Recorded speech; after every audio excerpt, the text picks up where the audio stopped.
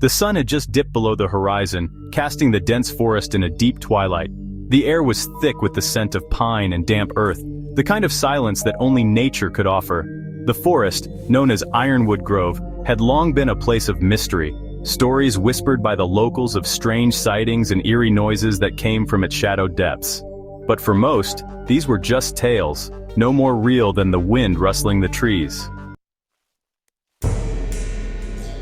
That evening, Jake, a seasoned hiker, ventured into Ironwood Grove for an overnight trek.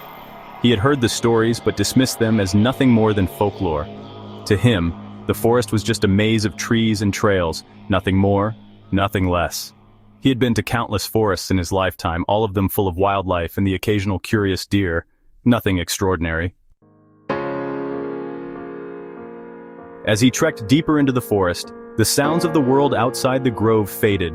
The birds had quieted, and the usual rustling of animals had stopped altogether. The only sounds that remained were the occasional creaks and groans of ancient trees swaying in the breeze. The further he walked, the heavier the silence became, settling on his shoulders like an unseen weight. Jake reached a clearing just as the first stars began to appear. He set up camp near the center, his fire crackling and illuminating the surrounding darkness. The firelight flickered against the towering trees, their branches swaying in an unseen wind. He felt the stillness of the place, but he didn't give it much thought. After all, he was used to the solitude of the wild. He settled in, enjoying the crackling warmth of the fire. The hours passed, and the night grew colder. Suddenly, a low, guttural sound broke the silence. It was distant at first, barely perceptible, like the rumbling of a bear's growl, but lower, deeper. Jake's head snapped toward the direction of the sound, his senses on alert. Another growl, this time louder and unmistakable. Something in the forest was awake, something that shouldn't be there. Jake rose from his seat, his hand instinctively reaching for his flashlight. He scanned the dark expanse, his breath coming in short bursts as the hair on the back of his neck stood on end. There was something else, movement, a shape just beyond the edge of the firelight. It was large, too large for a bear. For a moment it seemed to be nothing more than a trick of the shadows. But then it moved again.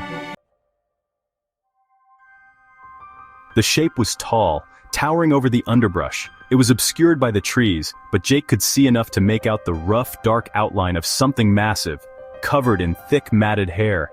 It stood still, watching him. The creature's eyes reflected the faint glow of the fire, gleaming like two embers in the darkness. His heart raced, pounding in his chest, as the reality of the situation dawned on him. The stories, the legends, were they true? Was this Bigfoot? Jake's breath caught in his throat as he remained frozen, staring into the abyss of the forest. The creature didn't move, but it seemed to be studying him, just as he was studying it. Time stretched on, each second feeling like an eternity, until the creature let out a low, throaty sound. It wasn't a growl, not quite, but a vocalization that echoed through the trees, a sound that seemed almost intelligent. Then, as quickly as it had appeared, the figure moved away, stepping softly through the trees, its massive form vanishing into the shadows. Jake stood there for what felt like an eternity, unsure of what to do. His mind raced, trying to process the sight of something so extraordinary that it seemed impossible, but it was real. He had seen it with his own eyes. Without thinking, Jake grabbed his pack, extinguishing the fire in haste. The forest, once familiar and welcoming, now felt like a maze of hidden dangers. He moved quickly, retracing his steps through the dense underbrush, trying to shake the image of the creature from his mind. By the time he reached the edge of the grove, the first light of dawn was beginning to break through the trees. His heart was still pounding, and his legs were heavy from the exertion. He didn't look back as he crossed into the open, where the forest finally loosened its grip on him. When Jake returned to town, he didn't share the details of what he had witnessed. He couldn't. Even now, the memory felt too surreal, like something conjured from a dream. The sight of those glowing eyes, the towering figure moving silently through the woods, was something that couldn't be explained by logic or reason.